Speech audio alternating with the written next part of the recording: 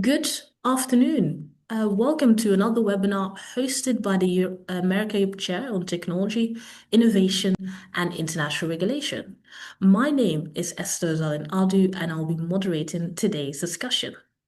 Before we start, I would like to mention a few words about the chair. The America Europe Fund strives to be a platform that supports academic cooperation, exchanges, programs, and research to disseminate and strengthen comparative knowledge of European and American societies. One initiative that supports our mission is the America Europe Chair on Technology, Innovation, and International Regulation, which aims to provide interdisciplinary research and expertise on regulatory developments in Europe and America. Through these activities, we promote opportunities for cooperation and knowledge sharing among stakeholders across the Atlantic. Today, we are joined by Mr. Anthony Bouchon, who is a founding partner of Bouchon and Partners, where his practice focuses on economic law, the regulation of new technologies, company and insolvency law. Since 2018, he has been working part-time on a doctoral thesis on the theory and principles of the law of technological innovation at ULB's Juris Lab. And unfortunately, as you can see, Dr. Chris Demos could not join us due to a personal matter. We do wish him all the best. And with that, I'd like to turn to today's discussion, which is actually the first webinar of the new AF Chair series about powering the transatlantic innovation economy. The series explores how policymakers across the Atlantic are navigating reindustrialization efforts, targeting critical industries amid an increasingly uncertain geopolitical landscape. Much of this effort centers on deploying public policy tools to strengthen capabilities and advance manufacturing in sectors ranging from semiconductors, green energy production, to quantum computing. How to translate these public policy goals into practical, actionable strategies lies at the heart of today's discussion, beginning with a clear understanding of what exactly is innovation policy and how should we envision its role in this new era of industrial strategy. As today we only have Mr. Bouchon, I do encourage the audience to give us as many questions as possible because we have this unique opportunity to discuss with Mr. Anthony Bouchon, who has immense expertise in this area, especially in the current geopolitical climate. So with that, I'd like to open the discussions and ask Anthony, for our audience, how should we define innovation policy and how has this framing shaped your professional career? Anthony, you have the floor. Thank you very much. Innovation policy is, I would say, the pre-legal movement, everything that precedes the transformation of ideas into legal text about innovation. Innovation policy is what we would label as soft law. Soft law is what is the common practice of institutions, of policymakers, before they turn something into a compulsory, mandatory legal text. They will turn it into what will be part of the playground. In my opinion, innovation policy is certainly what will be a common mindset, although not necessarily common among, I would say, scientists, innovators themselves. But innovation policy among policymakers, for sure, is what they will consider as to be the go-to area. And I have a quite direct example which has shaped my own academic career. When I started my PhD thesis, it was not from a nutshell. I was already an associate lecturer at my university for 7 years. But when I started my PhD journey, which is quite a journey, it's quite an adventure to say, one of the targets of my research was the so-called innovation principle. And to give you an example, the European Commission has, for so many years, coined that a part of the innovation landscape, we have a so-called innovation principle. Um, this has never become a principle from a true legal perspective, but nevertheless, in many policy documents, we have seen this principle being put forward. And in my opinion, this is it has shaped my intellectual journey in the sense that I've devoted time to identify this kind of non-legally identified object, and how we can place it in the framework of innovation policy. And so, in that meaning, I would like to say that um, yes, for sure, we have principles that are coined from a policy perspective because they want to say we are pro innovation. But frankly speaking, in a society where we have the human rights value we have, who is against innovation? Who is against making progress? Well, it's probably a part of the floor to discuss about this idea of progress, because it's not necessarily something so obvious anymore, considering the depletion of health resources, for example. But nevertheless, that being said, nobody is against making improvement. The question is how much equivalence we give to improvement innovation. And that's a policy perspective, because to make equivalence between improvement of something, a technology, and innovation, do we make a breakthrough movement? But yes, for to answer finally to a question, making this digression, I think yes, innovation policy has shaped my own curriculum in the sense that yes, part of my PhD analysis has been devoted, and as it was translated recently in a publication in a leading law journal, into the analysis of the so-called innovation principle. Wonderful. This actually leads me to my next question. So, like you mentioned in your answer, we've always had, for example, in the EU instruments, reference to innovation principle. But I wonder, like you mentioned, as it's not a truly defined legal principle, what what do you think has marked the change from innovation now becoming part of current policy discourse and especially in academia? What has changed? I think it's quite obvious. We are in here in area in a chair dealing with transatlantic relationship. Um, it's quite obvious that for so many decades the US has led the movement of technology in an open way, and probably with a good marketing way, a good marketing method. I think in that way, US isn't shy about achievement. And that I think is a great tribute to the American mentality. Europe is Europe. I'm proud to be European. I'm fully European. I studied even in England, which at that time was part of the European Union, in the Cambridge, to mention. But I pay totally tribute to the American mindset that is not shy of achieving something. And I think the American achievement in technology is something outspoken. It's something that Americans are proud of. And despite the perception I think we now have in Europe is not about the current administration. I think it's more a long-term perspective. Despite the deep divisions that we can observe from outside in America, there is still a common American pride about achievement.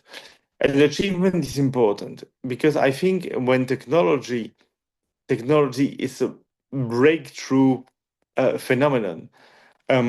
It's true that the internet, the smartphone, social media, all these are examples, and even AI, all these are examples of American achievement. And America is capable to promote this success story. And when Europe is capable to achieve, maybe from a technological perspective, about the same, um, I have to regret that Europe is not capable to have the same marketing language. Um, but I think, nevertheless, that Europe has tremendous approach to promote. I think the European Union is capable to promote technologies designed from its own standpoint.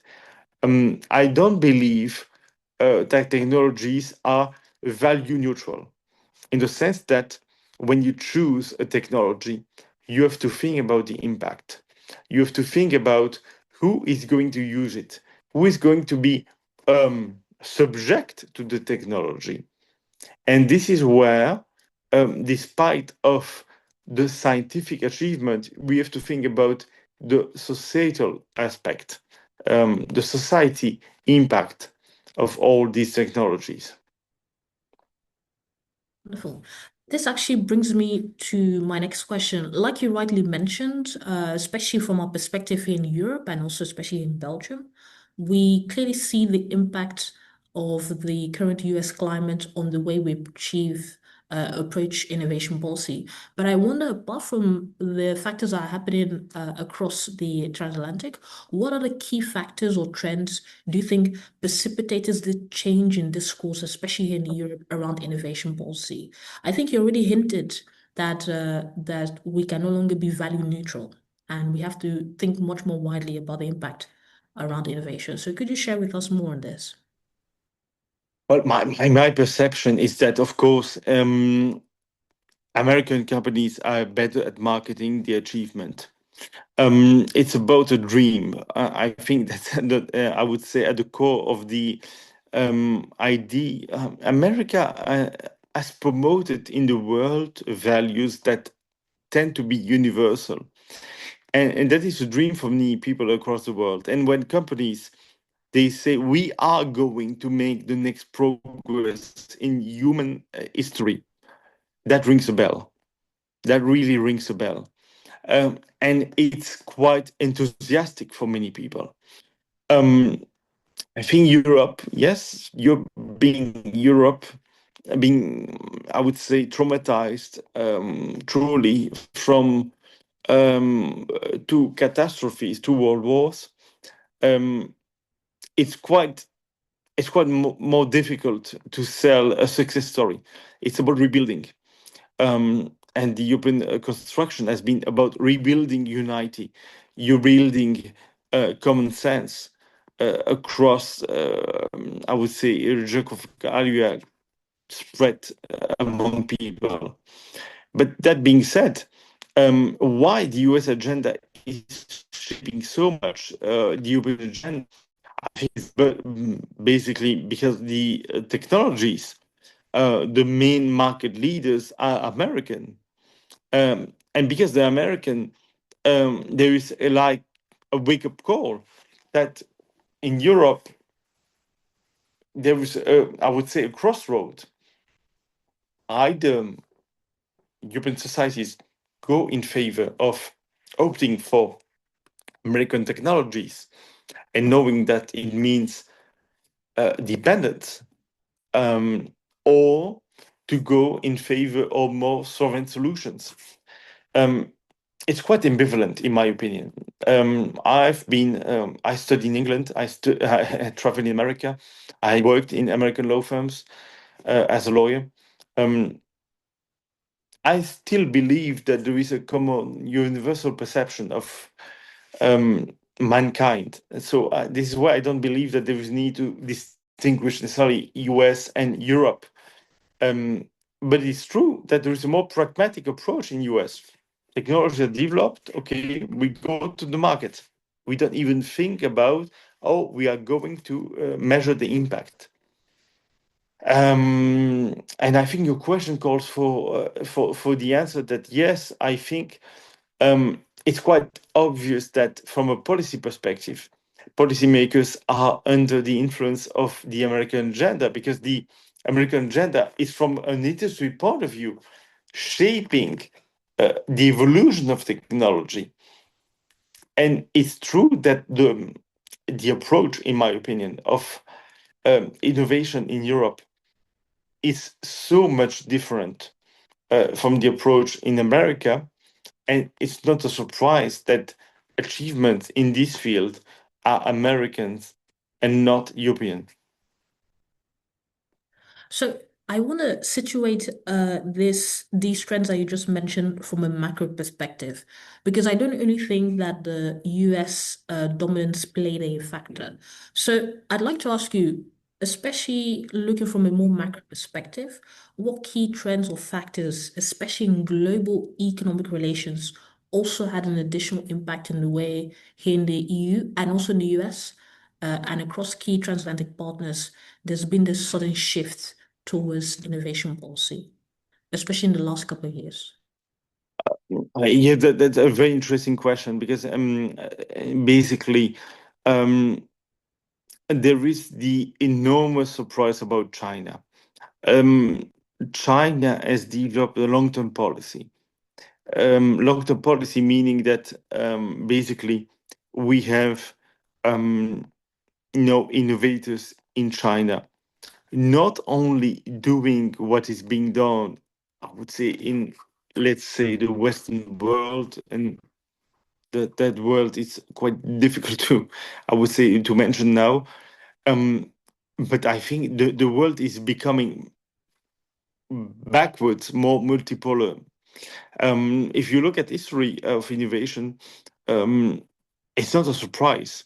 If you go back to the 17th century, innovation was more multipolar than we think. And of course, yes, the West took over in the narrative, but things are more complicated from an historical perspective. That being said, um, this shift is important because I think we have about trade a question about the balance. Of course, behind this, you have the monetary policy.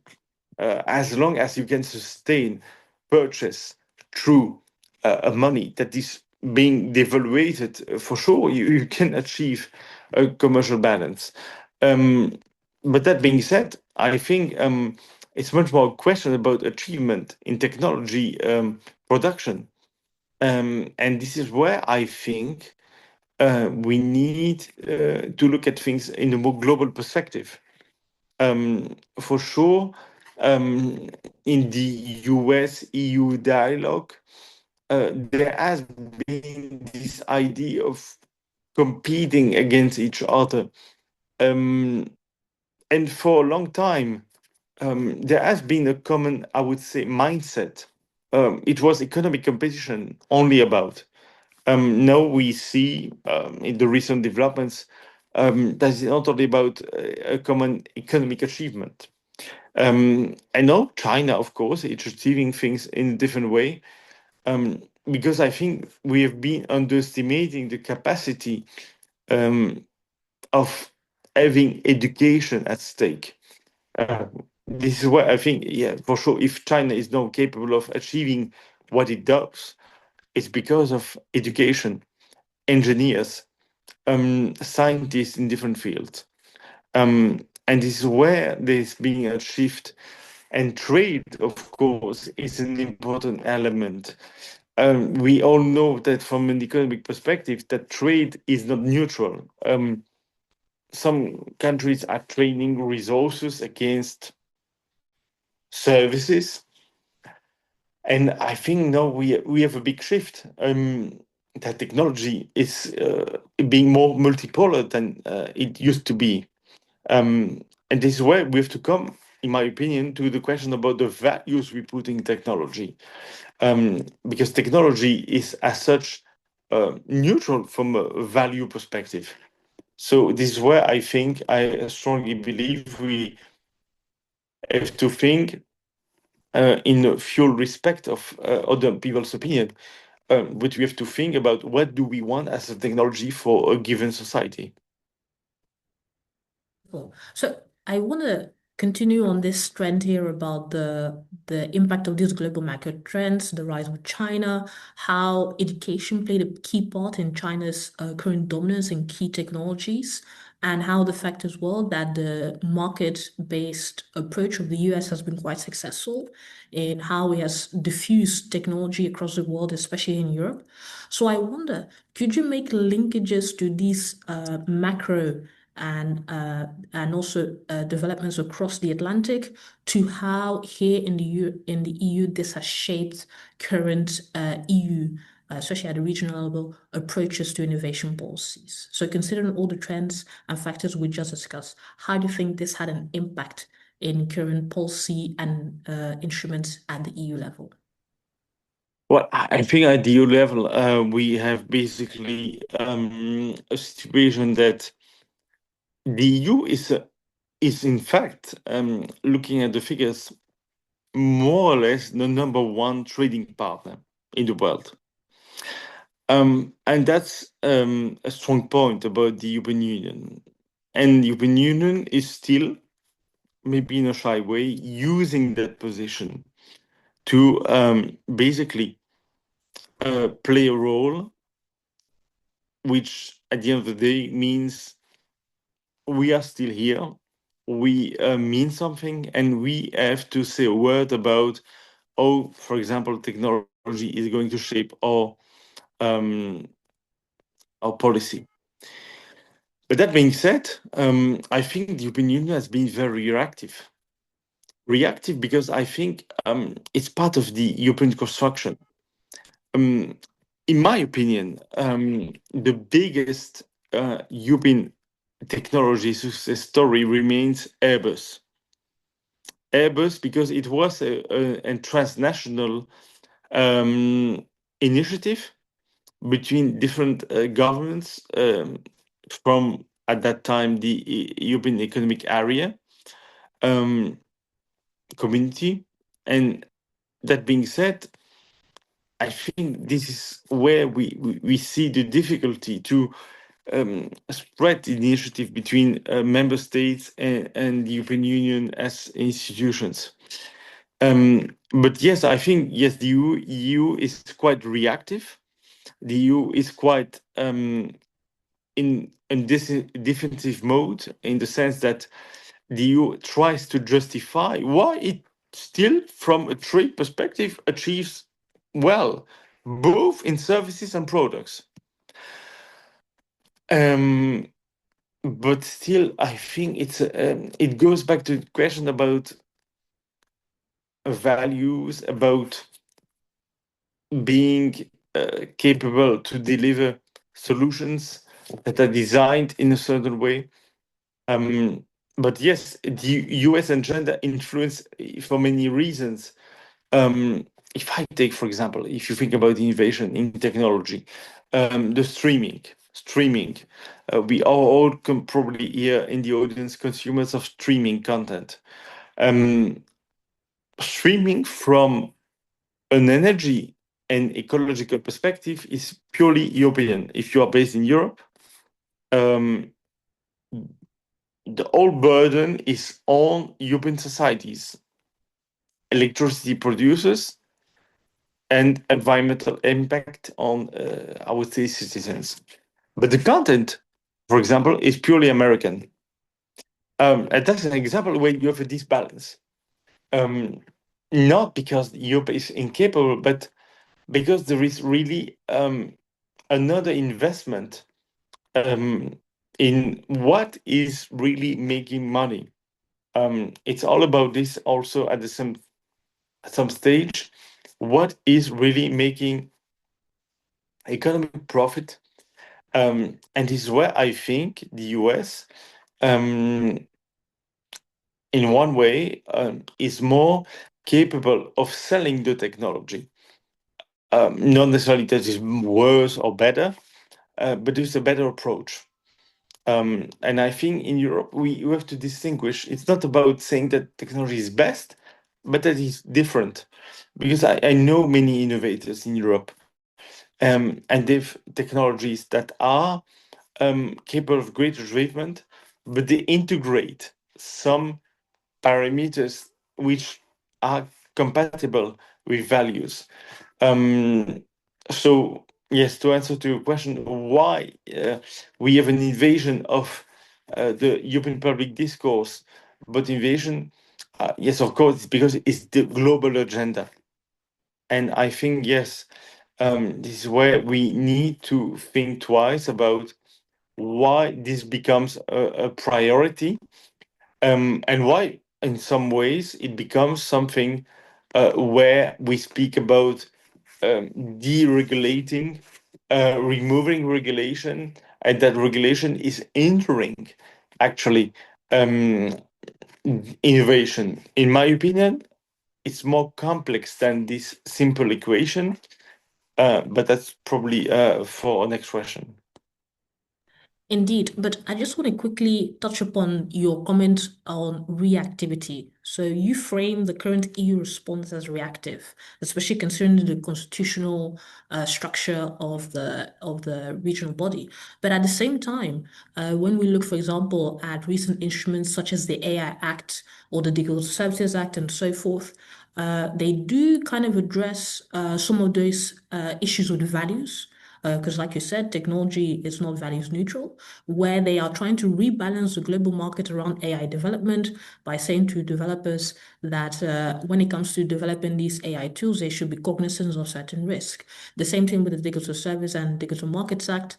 You know, there have been some legitimate concerns about the power these platform providers provide when it comes to user content, user moderation, and so forth. So does it still fit within your framing of this reactivity, or do you see the EU pursuing an alternative approach when it comes to innovation policy, where they do want to insert a degree of values when it comes to being, for example, a market leader in certain sectors, and in other sectors, they continue to be a market where we are many consumers, for example? And that's a very good question that you coined. In my opinion, um, I think the European Union was still believing until a certain stage of, I would say, or global trade trends, that it could still give influence on a certain approach of values in technology. But I think, but in my opinion, that's where we have more a pragmatic approach to endorse.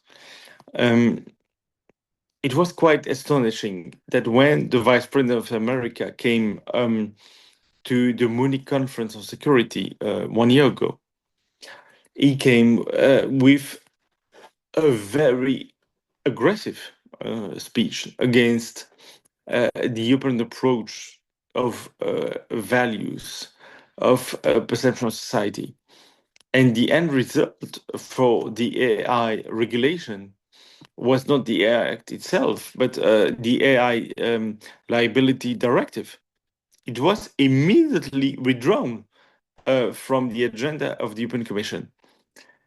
Um, this is where I think it's a question about.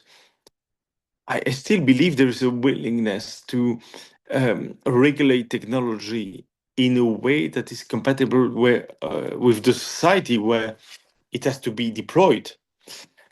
But that being said, it's true that in terms of political agenda, there is a kind of defeat in terms of defending the values we are fighting for as citizens, as member of movements, and then ultimately as member of political institutions.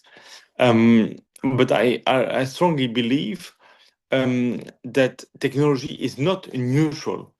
And this is where I think the principle, this is what is at the core of my academic research, the technology neutrality principle, or principle of neutrality, technology neutrality, um, is important. I don't believe that technology is neutral. I think technology is not neutral. It's about parameters. It's about a choice that we want to make about how society is being shaped. And yes, the US has the prevalence in that public discourse because it's more obvious, it's more outspoken. Um, and with all due respect, nothing bad about this, but nothing surprising that when you are not sure about what you want to be as a society, it's not a surprise when you discuss about technologies that are so much groundbreaking, like AI. AI is truly reshaping human relationships. We are still just at the beginning of the assessment of the impact about all this. And that US says this is the way we see it. We just market. We are just making profit out of it, and you have to deal with all consequences in the open world about trade relationships. This is no surprise. Just before we head to the next question, do you think as a counterbalance, if we really formalized the innovation principle as an actual legal norm, do you think that could be an active counterbalance to ensure that there's like a bedrock when we face like challenges here in the EU, when it comes to key policy instruments and so forth, instead of having that reaction of immediately withdrawing when we face some pushback, especially from our transatlantic allies? Um, can you just maybe just rephrase what kind of bedrock you would see? Like you mentioned at the beginning, the innovation principle is not like a set or defined legal norm as such. So, do you think, as a counterbalance, instead of being so reactive, what if we make principle an actual legal norm, like a bedrock, to ensure that we don't end up in these situations where, when we face pushback, for example, from a ally or a partner, that we immediately either withdraw or amend? Your question is extremely interesting because this is where you are really, in some ways, provoking me, and that I like, Esther. Thank you very much, because this is where I will start to be much more like a lawyer in court and not much more in academia. Um, I don't think at all that the innovation principle is a legal principle at all. We have to look at the background of all this. It was coined in the EU policy to counterbalance the precautionary principle, according to which, when we have scientific uncertainty, we prefer to be cautious than to take a risk. Um, that's how the innovation principle has been labeled. And later it was much more labeled as we have to be in favor of innovation. Um, that this is why I agree with some uh, innovation scientists or even economists, um, like for example Frank Angeri. Is a French author, very interesting to read about innovation, but what for? What do we have to innovate? It's like from your own child, you have to innovate. It's not obvious, in my opinion. We have to think twice. Why do we need to innovate? Uh, to change because of the obligation of changing is, in my opinion, not enough reason to innovate. But on the contrary, to refuse innovation because it changes things. Yeah, okay, you have to be adaptive. And that's all about mankind evolution, being capable to adapt to new situation. But your question is extremely interesting because it's like a false paradox to oppose precaution and innovation. Um, Innovation and precaution should be both based, in my opinion, on science. Precaution is truly based on science that, yeah, okay, if you analyze things in a correct way, or at least correctness means from a scientific point of view, you have to come to the conclusion that basically the risk to be undertaken is higher than the benefit you can get out of this. Um, and the innovation principle, not a legal principle at all, but the idea that you can make a balance between both of them is not true. But I understand why people coined this innovation principle more than 10 years ago. It was around 2012, 2013. Um, because there was a perception, and perception is important. It's like you can go to a party somewhere with friends. If the mood is not good, you will not feel good. But at the same time, if the mood is positive, you will feel better. Um, and at that time, it is true that in Europe we are not capable of realizing what is achieved in Europe. So I understand that in order to, um, it's like magic toad, but to say that you need to innovate. It's important to innovate. It's not important to do things different. I understand why the idea of an innovation principle came out, but nevertheless, from a legal perspective, purely legal, it can never balance or counterbalance the precautionary principle, because precautionary principle is part of primary law, is Article 193 of the Treaty on the Functioning of the European Union, and that is quite important. We can give the same value, hierarchy for values, if it's important from a legal perspective.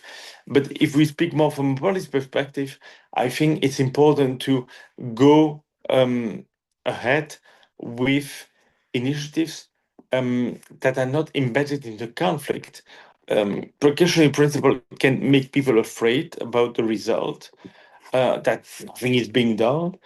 But in the name of innovation, at some stage, I strongly believe that you cannot accept everything also.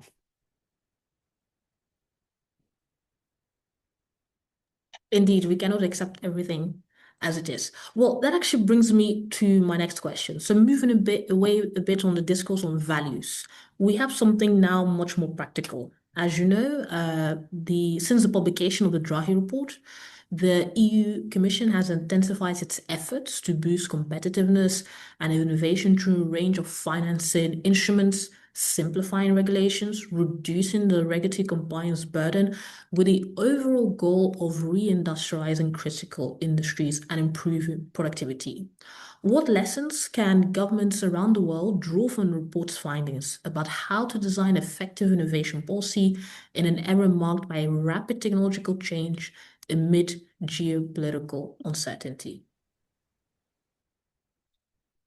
You can question about the Draghi report. Draghi report has been drafted by a person who is very knowledgeable of the economic and technology environment. And but it's true, it's quite difficult because the Draghi report and the political agenda do not match necessarily. In my opinion, the Draghi report has the advantage of identifying where, from a common sense perspective, because I think Mario Draghi is speaking from a common sense perspective. Um, I would say in the language, I can totally understand that people would not share the view and the views outspoken in the report. But that being said, I think the drug report is an important element because it's where you have an experienced person saying, this is what should have been done and should be done.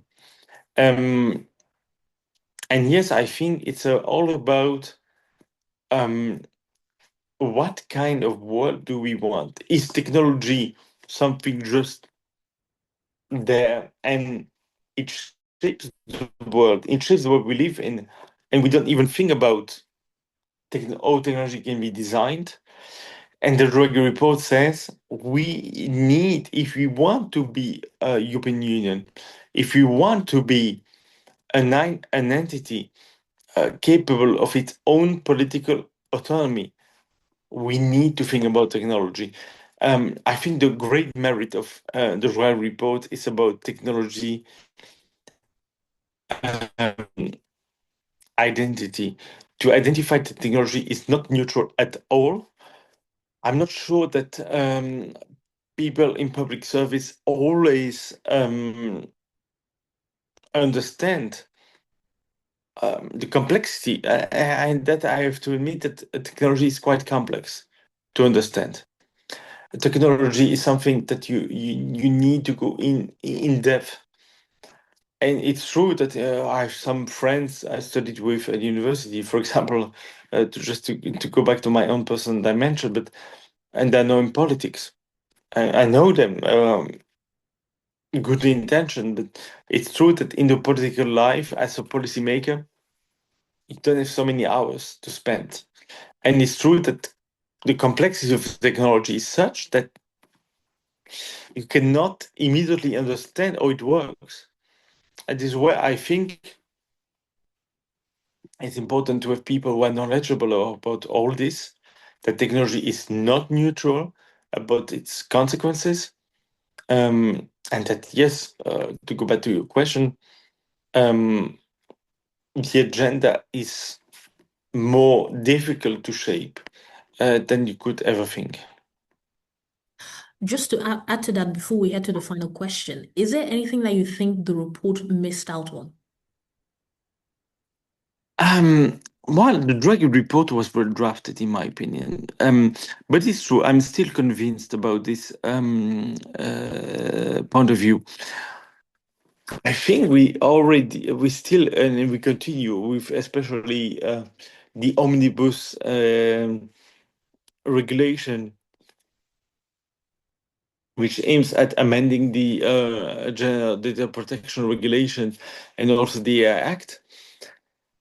It's all about the balance between regulation and finance. I still believe, despite of all developments, that the issue about why Europe is not the technology leader is not because Europe is regulating technology. It's because Europe is incapable of financing this.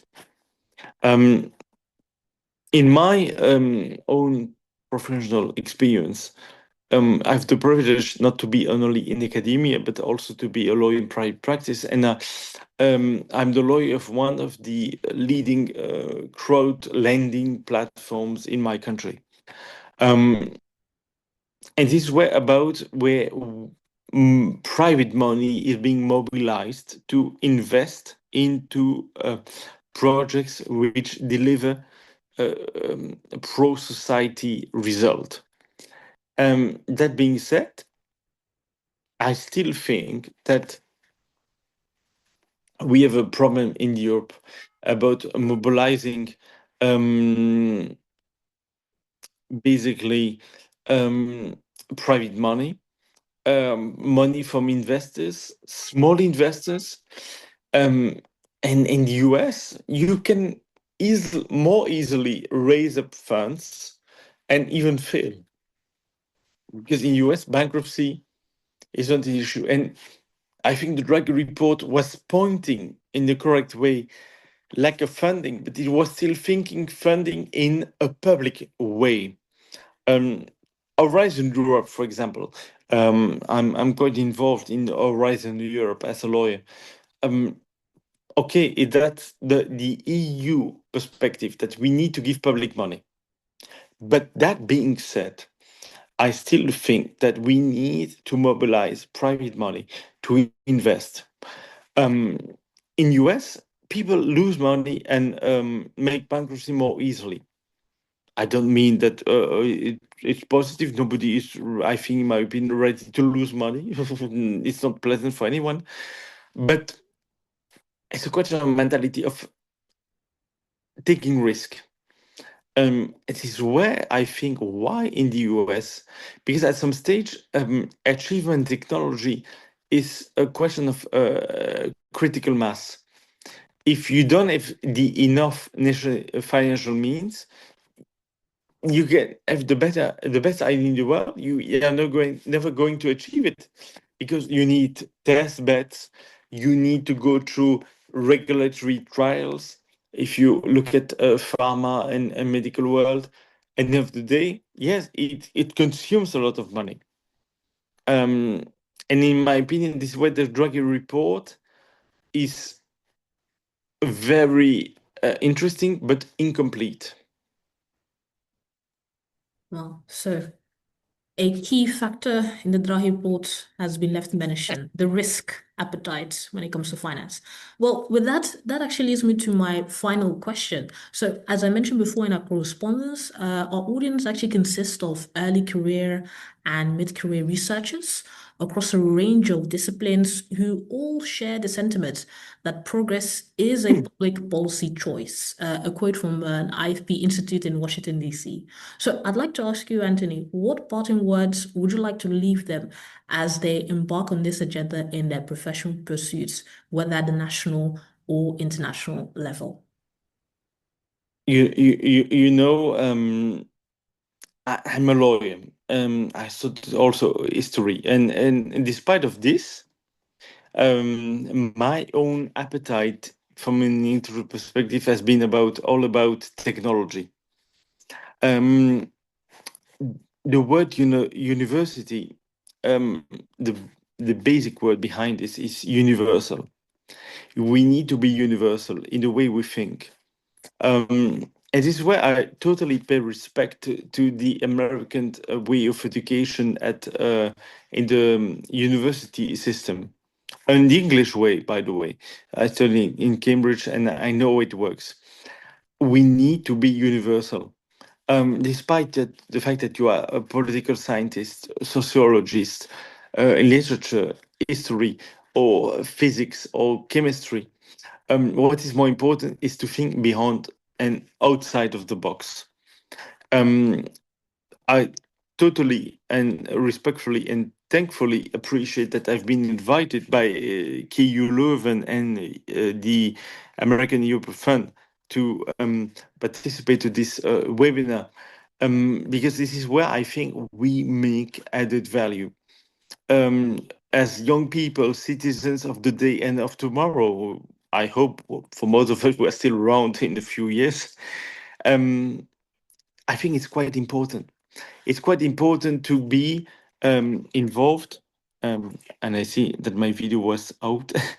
um, I think it's quite important um, to be involved. Mid-career researchers. Myself, I'm a researcher part time. I understand because I think we have to put meaning in what we do. Um, I can totally understand that someone makes research for the own sake of research, but I think mostly we look for meaning. Everything means is a big part of a bigger picture, and I think it's quite important to think about all this. But the universal dimension is quite important in a way that, and I would say in a world where things are being more fragmented than I wouldn't say not than ever, or it's quite difficult to assess, but more than usual. It's more important now to bring people who think, who study, who make research together.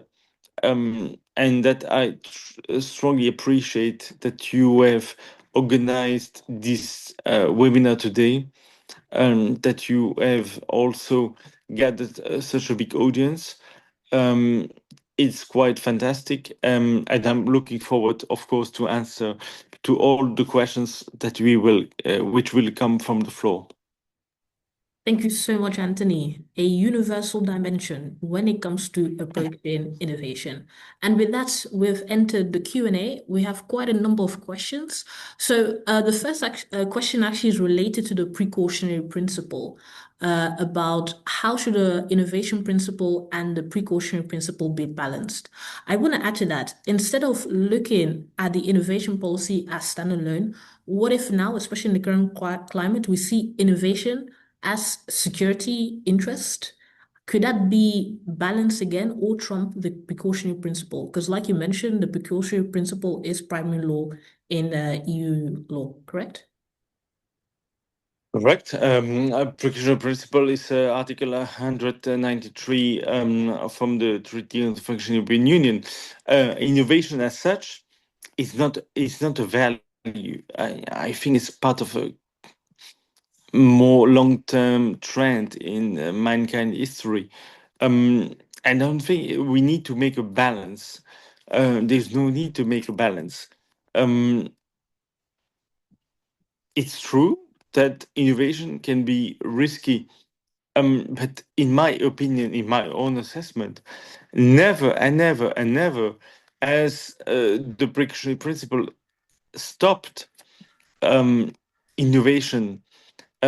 It's much more like a safeguard in the way, and I think what is quite interesting for the education of our scientists, and probably even for the future, we need to have scientists educated into um, ethics, philosophy.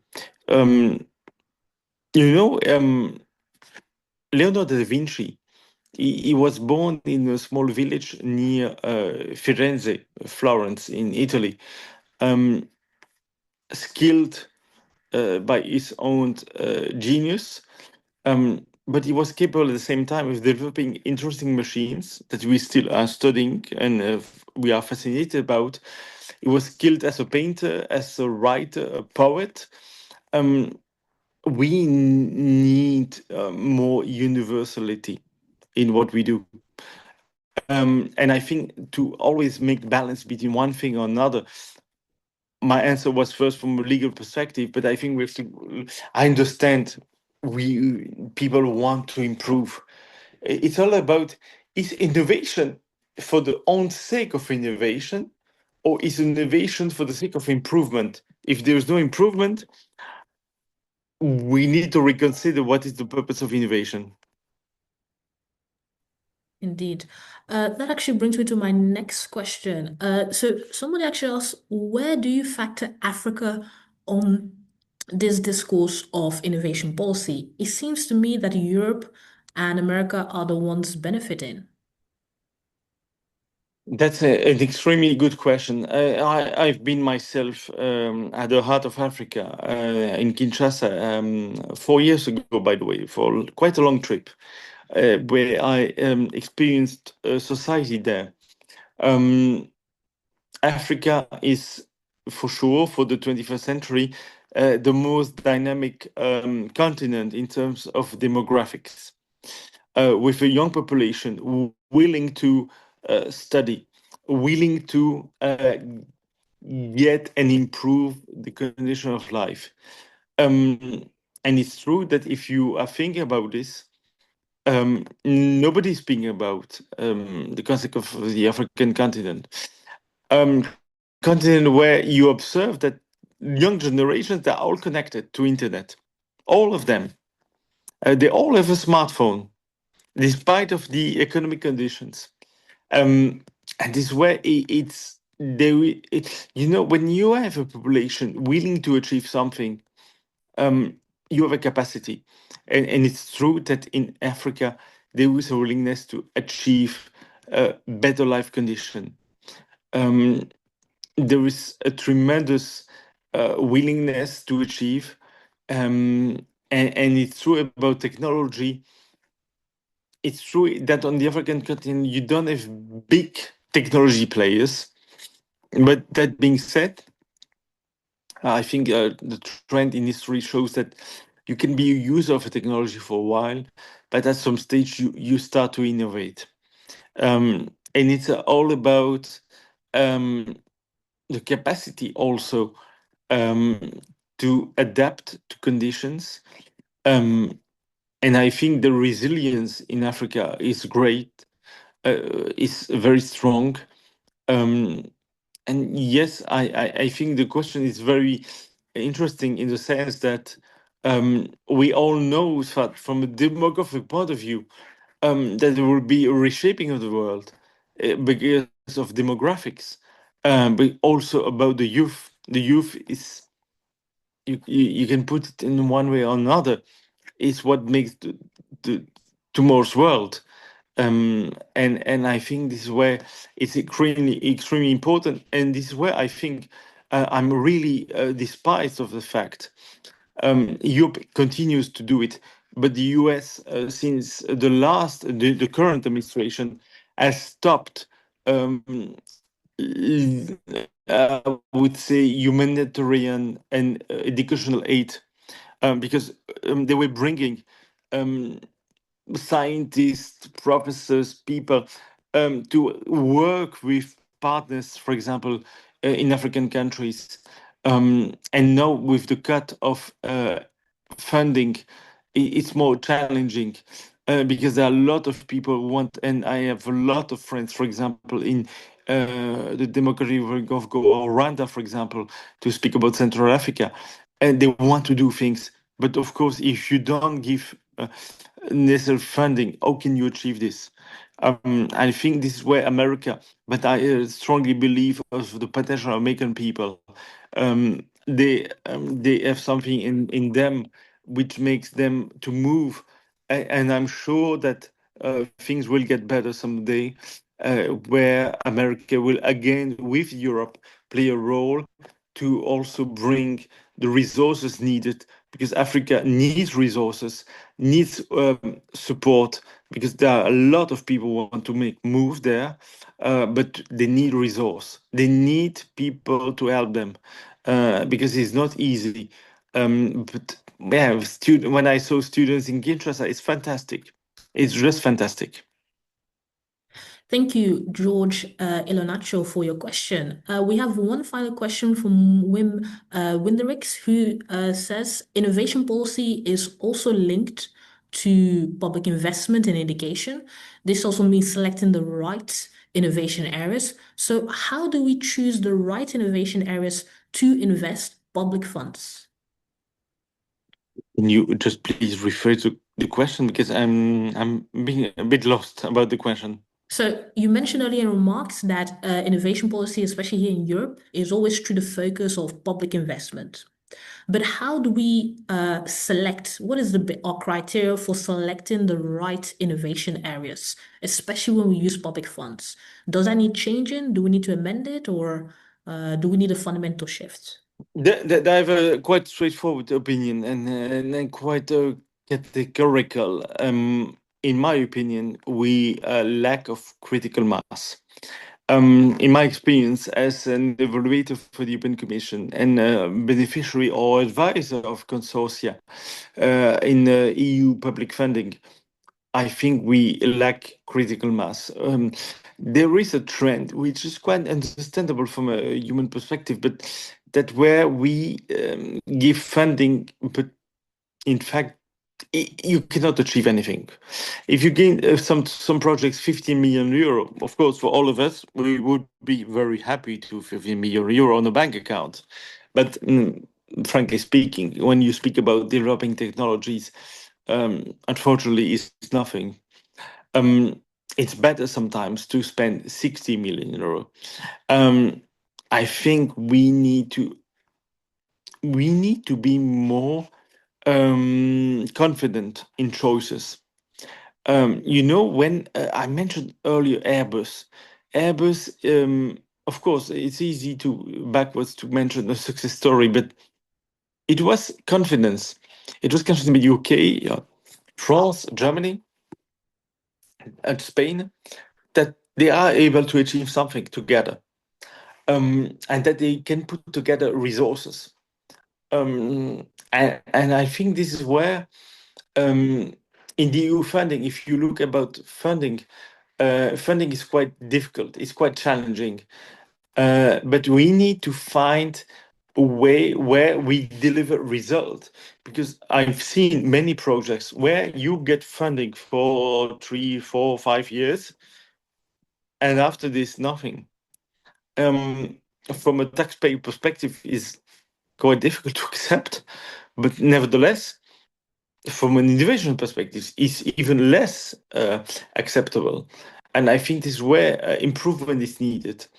It's about a critical scale that if you don't put enough money, you are never capable, because you need to fail sometime.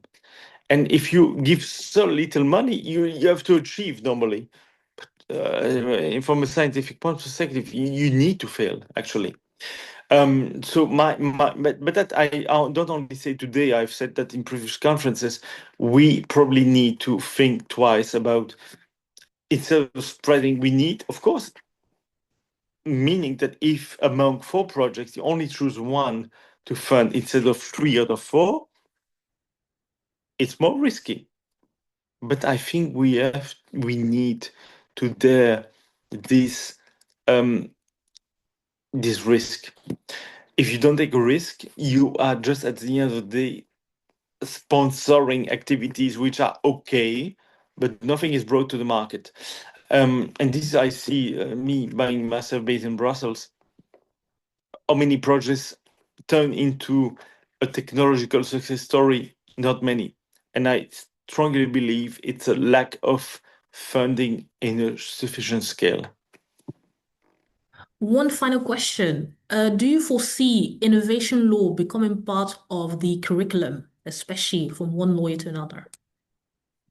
Ah, very interesting question. And this is where, and I hope also you will help me to promote. I organize a seminar, but it can turn into a webinar at my own university. You will be on the 16th of March, if I'm not wrong, on the future European Innovation Act. This is the core of my PhD research.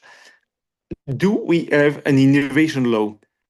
And what is innovation law about? Marcel Proust wrote often about that we are naming things before they exist. And I've seen, even my own university, that we have a chair of innovation law. But if you look at the legal doctrine, nobody ever defined innovation law.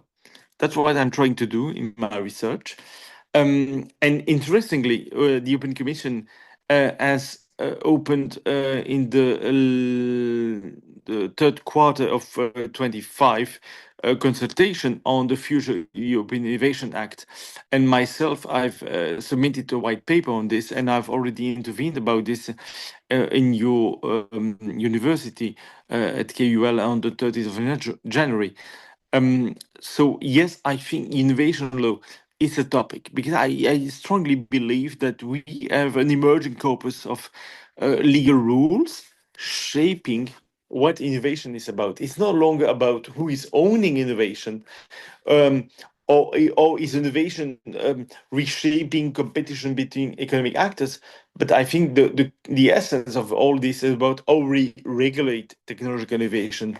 So about this, I would be extremely delighted to share the link and even, of course, to invite all attendees. And that I don't mean as only a conclusion statement to attend this seminar and can turn into a webinar on the 16th of March, because I think this is a momentum that ultimately we start to think about um, legal rules in a different way. It's like sports law, construction law, that we start realize that there is something specific about all this.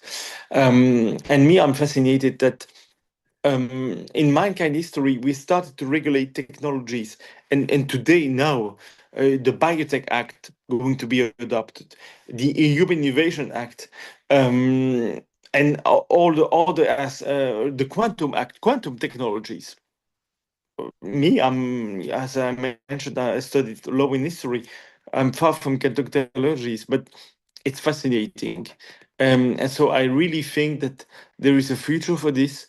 And I'm already thankful to KUL because I was invited recently to one of your internal web seminars to discuss about all this. And today's webinar confirms your university's interest in these topics. And I'm very thankful for the invitation. Wonderful. Thank you so much, Anthony. There is a momentum indeed. on the emerging corpus that is innovation law. And with that, we have come to the end of today's webinar. I'd like to thank you again, Anthony, for your insightful remarks, and we really look forward to seeing the emerging future. And I hope one day we could see you teaching an actual course at world-leading universities on innovation law. And thank you, our audience. I hope you enjoyed today's discussion. As you know, this is one of first of many in our new series on powering the transatlantic innovation economy. Thank you all for attending, and I wish you all the best. See you all next time. Thank you very much. Thank you, Anthony. Thank you very much. Thank you.